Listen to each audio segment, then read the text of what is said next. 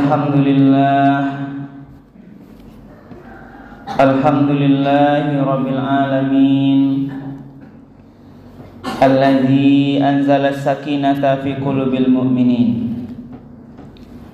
Ashhadu an la ilaha illallah wahdahu la syarikalah, wa ashhadu anna Muhammadan abduhu wa rasuluh sallallahu alaihi wasallam, la nabiyya ba'dah. Allahumma salli wa sallim wa barik ala hadzal nabiyil karim wa ala alihi wa ashabihi ajma'in. Faya ayuhan nas wal hadirun, usikum wa nafsi bitaqwallah. Ittaqullaha haqqa tuqatih wa la tamutunna illa wa antum muslimun. Faqala Allah ta'ala fil Qur'anil Karim, a'udzu billahi minasy syaithanir rajim. Bismillahirrahmanirrahim. Ya ayyuhalladzina amanu taqullaha wal tanzur nafsum ma qaddamat lighad wattaqullaha innallaha khabirum bima ta'malun. Sadaqallahul azim. Bapak-bapak, saudara-saudara hadirin kaum muslimin, sidang jemaah salat Fardhu Jumat yang dimuliakan oleh Allah. Marilah kita sama-sama sejenak menyampaikan kalimat puji dan syukur. Alhamdulillahi Rabbil Alamin. Segala puji bagi Allah, Tuhan semesta alam, yang mana pada Jumat yang penuh berkah hari ini kita bersama-sama masih diberikan nikmat kesehatan, nikmat kesempatan, kemudian diberikan kemudahan-kemudahan jalan oleh Allah, sehingga kita masih bisa melanjutkan ibadah sholat Fardhu Jumat kita secara berjamaah di masjid yang sama-sama kita cintai ini. Kemudian salawat dan salam kita doakan kepada Allah, semoga disampaikan kepada junjungan Nabi besar kita, yakni Nabi Muhammad sallallahu alaihi wasallam, dengan hantaran kata Allahumma shalli ala Sayyidina Muhammad wa ala ali Sayyidina Muhammad.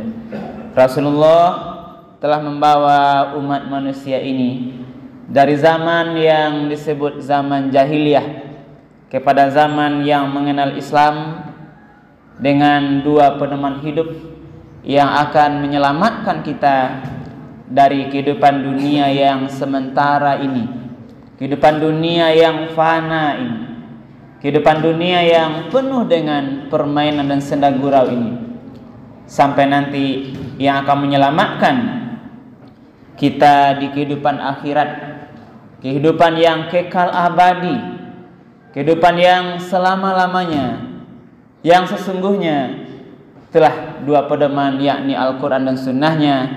Karena itu mari kita pedomani terus, kita amalkan seluruh ajaran-ajarannya, agar kita betul-betul selamat dalam menjalani kehidupan yang dua ini, baik di dunia sampai akhirat kelak. Hadirin kaum muslimin, sidang jemaah Jumat yang dimuliakan oleh Allah. Pada khutbah kita yang relatif singkat kali ini, khatib mengambil dasar khutbah kita Al-Quran surat Al-Hasyr, surat yang ke-59, khususnya ayat yang ke-18. Sebagaimana telah khatib bacakan, di awal khutbah tadi. Ayat ini khatib yakini sudah sering kita dengarkan hadirin kaum muslimin,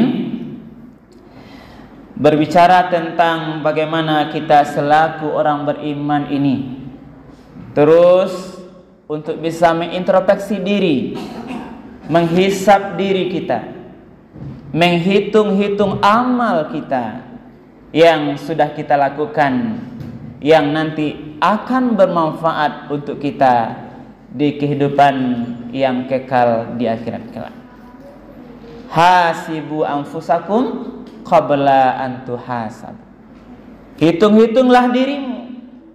Cobalah hisab, hitung terhadap semua yang kita lakukan sebelum nanti di akhirat Allah menghisab terhadap amal perbuatan itu.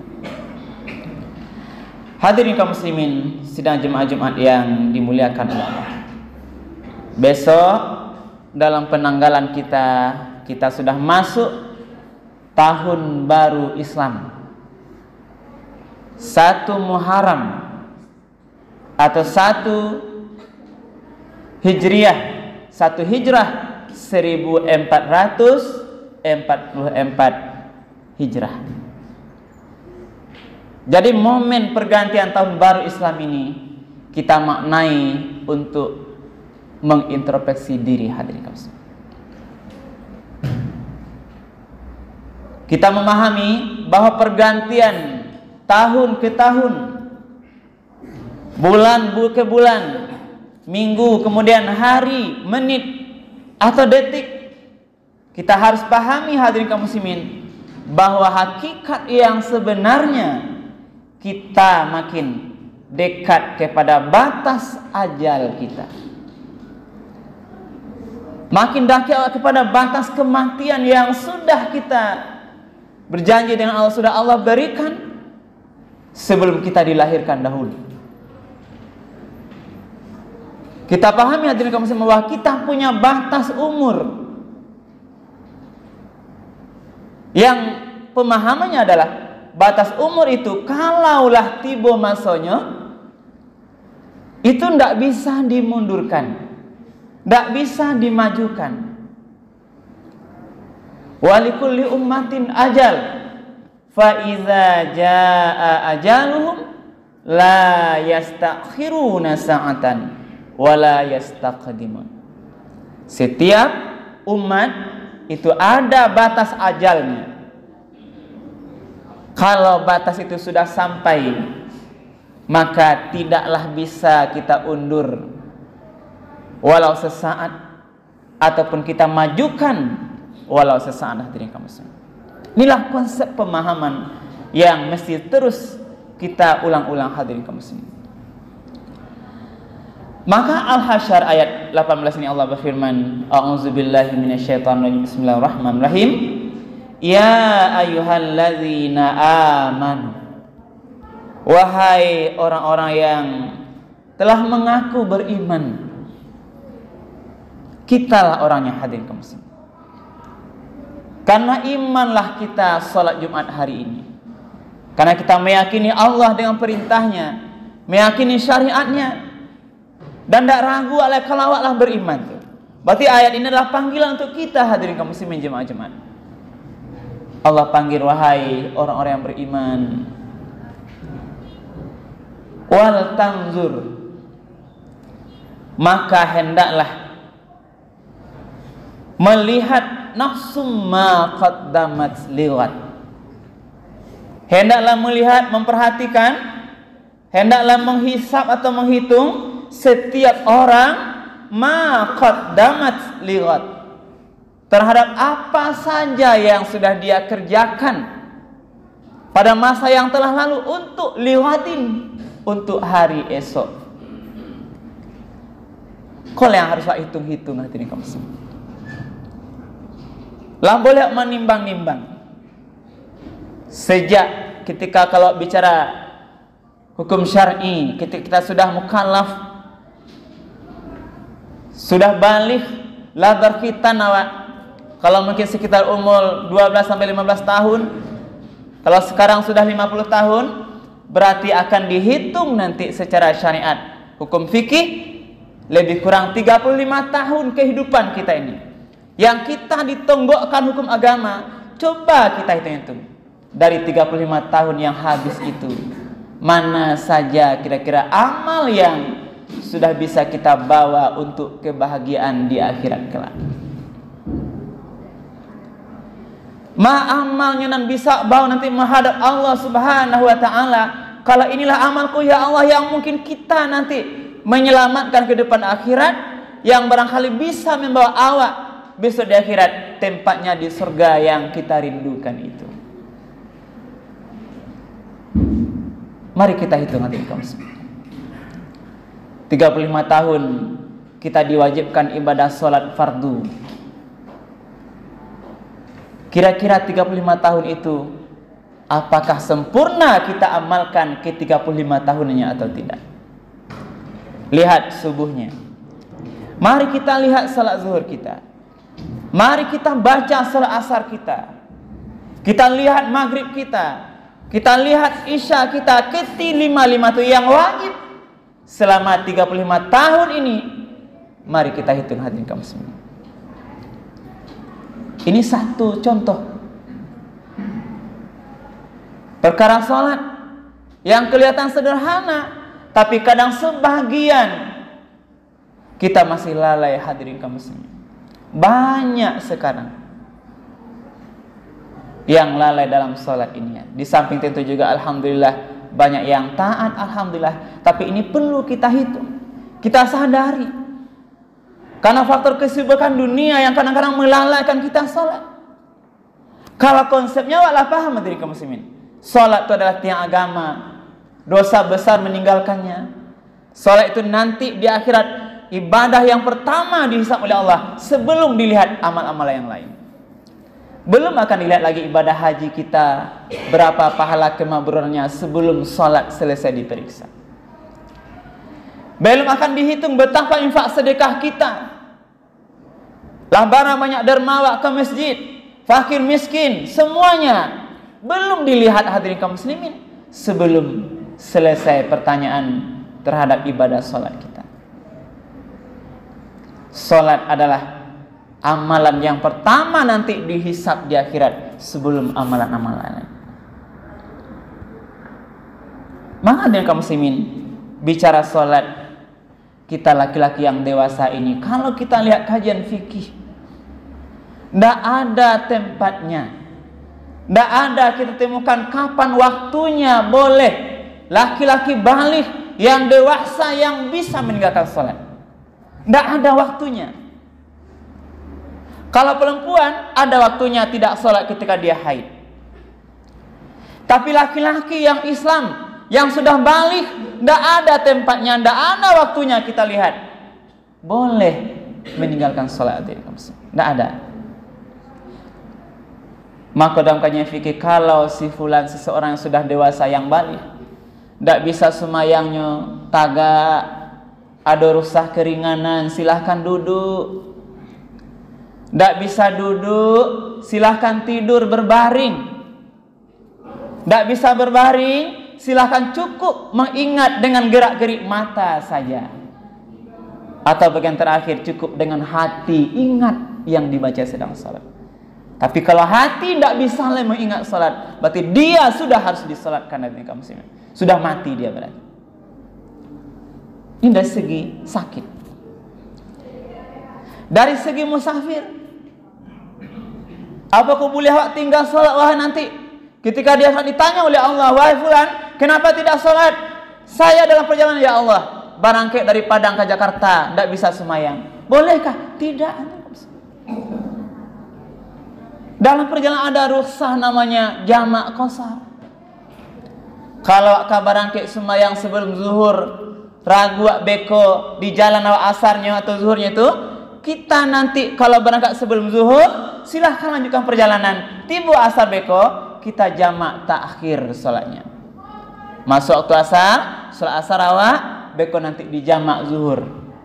Tapi kalau kita berangkat perjalanan jauh, setelah zuhur, ragu kita nanti di jalan asar terkendala, sholat awak jamak takdim namanya. Zuhur awak dulu, silahkan jamak takdim asarnya.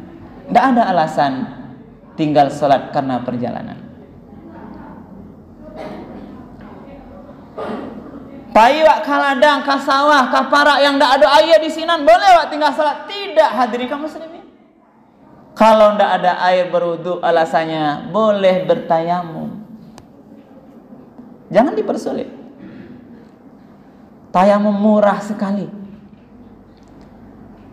Ada tanah, ada debu, silakan dihembus sedikit, usapkan tangan, hapus wajah, hapus telapak tangan. Selesai, terpenuhi rukun wudu, salat.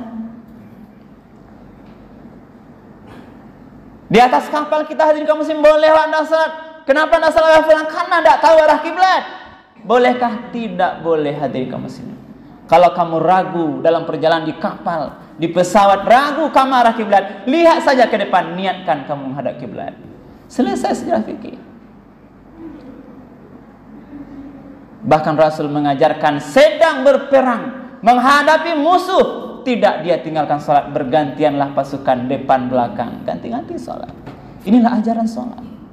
Tapi kenapa sekarang hadirin kaum muslimin, perkara sholat ini banyak yang lalai ini sebagian.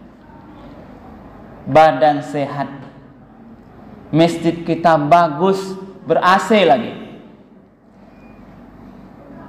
Azan terdengar 5 kali sehari semalam, tapi sebenarnya tidak terpanggil hati kita ini.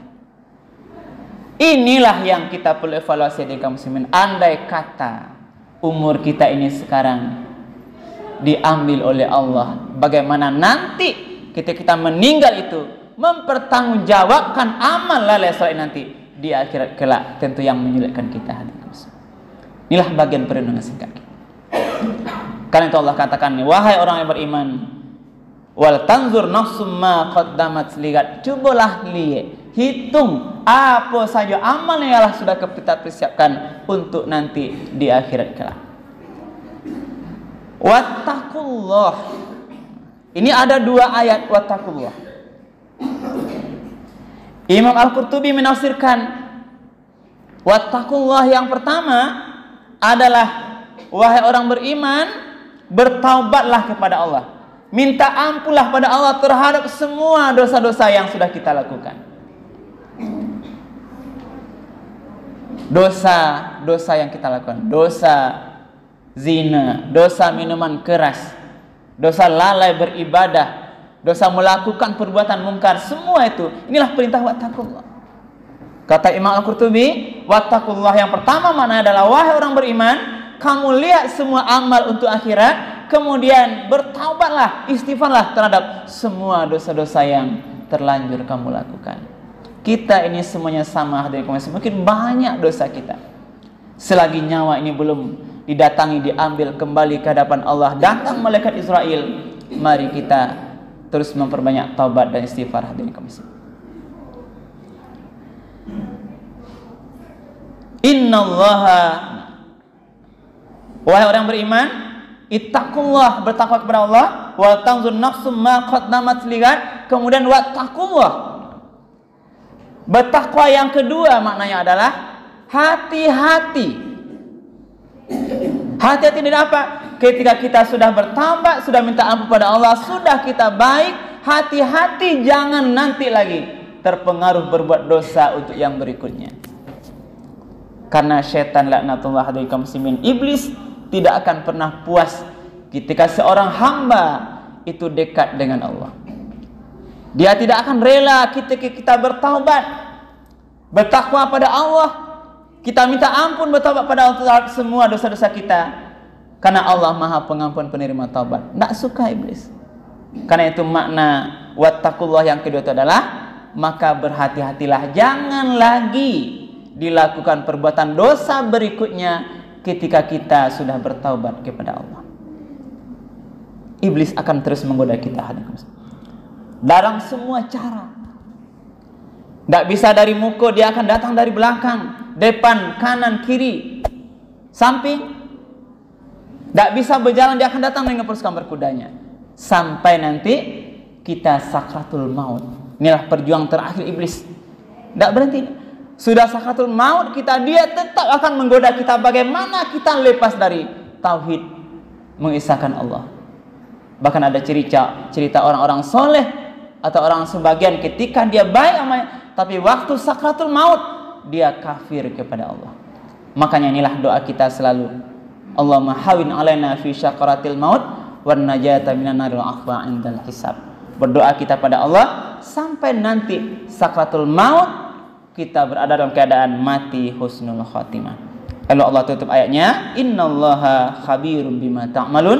Sesungguhnya Allah maha teliti terhadap semua amal yang kita kerjakan. Allah akan tulis, yang baik ditulis, yang salah juga ditulis. Itulah nanti akan ditimbang di akhirat kelak. Mudah-mudahan bermanfaat, perbanyak maaf. Fa'tabiru ya ulil absar la'allakum turhamun.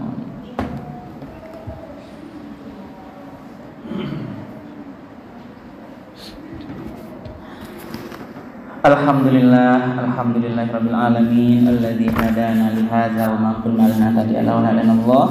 Asyhadu an la ilaha illallah wahdahu la syarikalah wa asyhadu anna Muhammadan abduhu wa rasuluh sallallahu alaihi wasallam la nabiyya ba'da.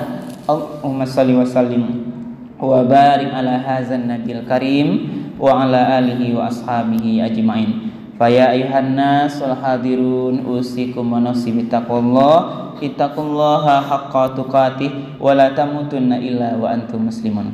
Wa qala Allah ta'ala fil Qur'anil Karim, a'udzu billahi minasyaitonir rajim. Bismillahirrahmanirrahim. Wal 'asr innal insana lafi khusr illa alladzina amanu wa 'amilus shalihat wa tawasaw bil haqq wa tawasaw bis sabr. Demi waktu yang terus berjalan dan berputar, sesungguhnya manusia-manusia itu benar-benar berada dalam kerugian, kecuali orang-orang yang beriman dan beramal saleh, mengingatkan dalam kebenaran, kemudian juga ingat-ingatkan dalam menetapi kesabaran. Innallaha malaikatahu yusholluna 'alan nabi ya ayyuhallazina amanu shallu 'alaihi wa sallimu taslima. Allahumma shalli 'ala Muhammad wa 'ala ali Muhammad kama shallaita 'ala Ibrahim wa 'ala ali Ibrahim wa barik 'ala Muhammad wa 'ala ali Muhammad kama barakta 'ala Ibrahim wa 'ala ali Ibrahim fil alamin innaka Hamidum Majid. Allahumma fil mu'minina wal mu'minat wal muslimina wal muslimat al ahya'i minhum wal amwat. Allahumma fil lana dzunubana wa liwalidayna warhamhuma kama rabbawna shighara. Allahumma arinal haqqa haqqan warzuqna ittiba'ah wa arinal batila batilan warzuqna ijtinabah. Rabbana hab lana min azwajina wa dzurriyyatina qurrata a'yun waj'alna lil muttaqina imama. Rabbana atina fid dunya hasanah wa fil akhirati hasanah wa qina azabannar. Ibadallah, innallaha ya'muru bil 'adli wal ihsan wa ita'i dzil qurba wa yanha 'anil fahsya'i wal munkari wal baghi wa la dzikrullahi akbar.